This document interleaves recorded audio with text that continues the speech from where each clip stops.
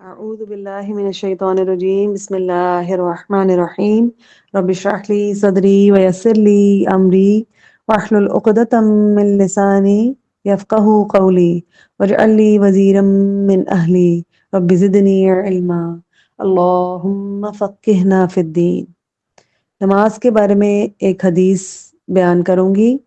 عبداللہ بن مسعود رضی اللہ عنہ سے روایت ہے کہ رسول اللہ صلی اللہ علیہ وآلہ وسلم نے فرمایا، تحترقون تحترقون، تم جل رہے ہو، تم جل رہے ہو۔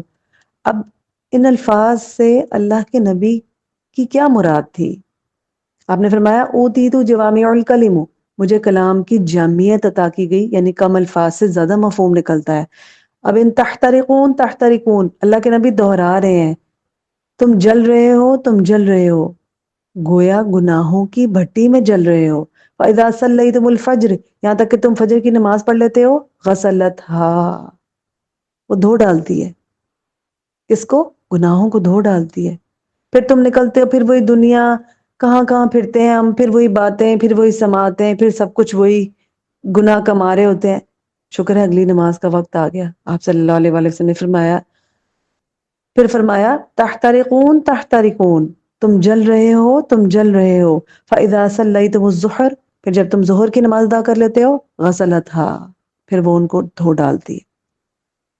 اسی طرح آپ صلی اللہ علیہ وآلہ وسلم نے ساری نمازوں کا ذکر کیا، تحترقون تحترقون، تم جل رہے ہو، تم جل رہے ہو۔ فَإِذَا صَلَّيْتُمُ الْعَصْرَ، پھر جب تم عصر کی نماز پڑھ لیتے ہو، غسلتھا، وہ دھو ڈالتی ہے اس کو۔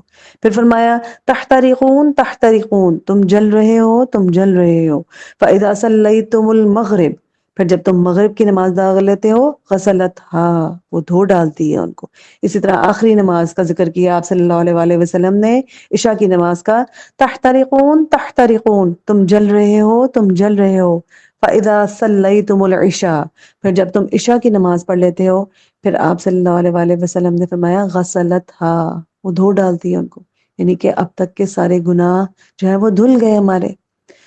پھر فرمایا عشاء کے بعد تحترقون تحترقون نہیں فرمایا، ثم تنامون، پھر جب تم سو جاتے ہو عشاء کے بعد، فلا یکتب علیکم، پھر کچھ نہیں تم پر لکھا جاتا۔ تو کیا ہے کہ جو گناہ ہو رہے تھے وہ ختم ہو گئے، انسان سو گیا تو گناہ رک گئے، اور سوئے ہوئے سے تو ویسے ہی قلم اٹھا لیا گیا، اس کا کوئی گناہ نہیں لکھا جاتا، کچھ بھی نہیں لکھا جاتا۔ نیند کو موت کی بہن کہا جاتا ہے، تو سب کچھ ختم۔ پھر فرمایا حتی تستیقظوا، یہاں تک کہ تم اٹھ نہ جاؤ، یعنی کہ جیسے ہی ایک سائیکل جو اللہ تعالیٰ نے بنایا ہوا ہے، جیسے ہی ہم بولنا شروع کرتے ہیں تو وہ لکھنا شروع کر دیتے ہیں فرشتے۔ اس کا مطلب ہے کہ جو عشاء کی نماز کے بعد نہیں سویا، وہ تحترقون تحترقون کرتا رہا اور غسلتھا کیے بغیر سو گیا۔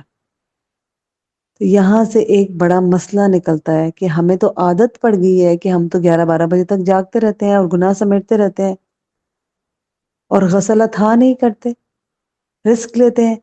آپ صلی اللہ علیہ وآلہ وسلم نے حضرت ابو ہریرہ رضی اللہ عنہ سے فرمایا تھا کہ سونے سے پہلے وتر پڑھنا نہ بھولنا، یعنی کہ وتر جو ہے وہ آخری نماز ہے، رات کی آخری نماز۔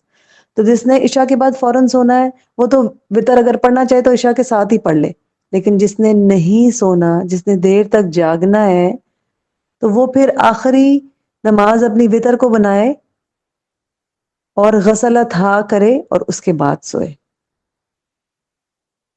تو اس امید پر ہم اللہ سے یہ دعا کریں کہ ہم اگر تحترقون تحترقون کر رہے ہیں تو اللہ تعالی ہمیں توفیق دے کہ غسلتھا کیے بغیر ہم بالکل بھی نہ سوئیں۔ اس حدیث سے نماز کی ایک تو اہمیت کا پتہ چلتا ہے، پھر یہ پتہ لگتا ہے کہ ایک نماز سے دوسری نماز کے درمیان جو ہم گناہ کرتے ہیں وہ معاف ہو جاتے ہیں، اور ایک حدیث سے بھی پتہ لگتا ہے کہ یہ صغیرہ گناہ ہوتے ہیں، کبیرہ نہیں ہوتے۔ اور اس کے بعد ایک اور اہم بات جو ہمیں پتہ لگتی ہے وہ یہ ہے کہ عشاء کی نماز کے فوراً بعد سو جانا سب سے افضل ہے، اور اگر ہم نہیں سوئے اور تحترقون ہو گیا تو غسلتھا کرنا انتہائی ضروری ہے۔ وما علینا الا البلاغ، وآخر دعوانا ان الحمد للہ رب العالمین۔ السلام علیکم ورحمۃ اللہ وبرکاتہ۔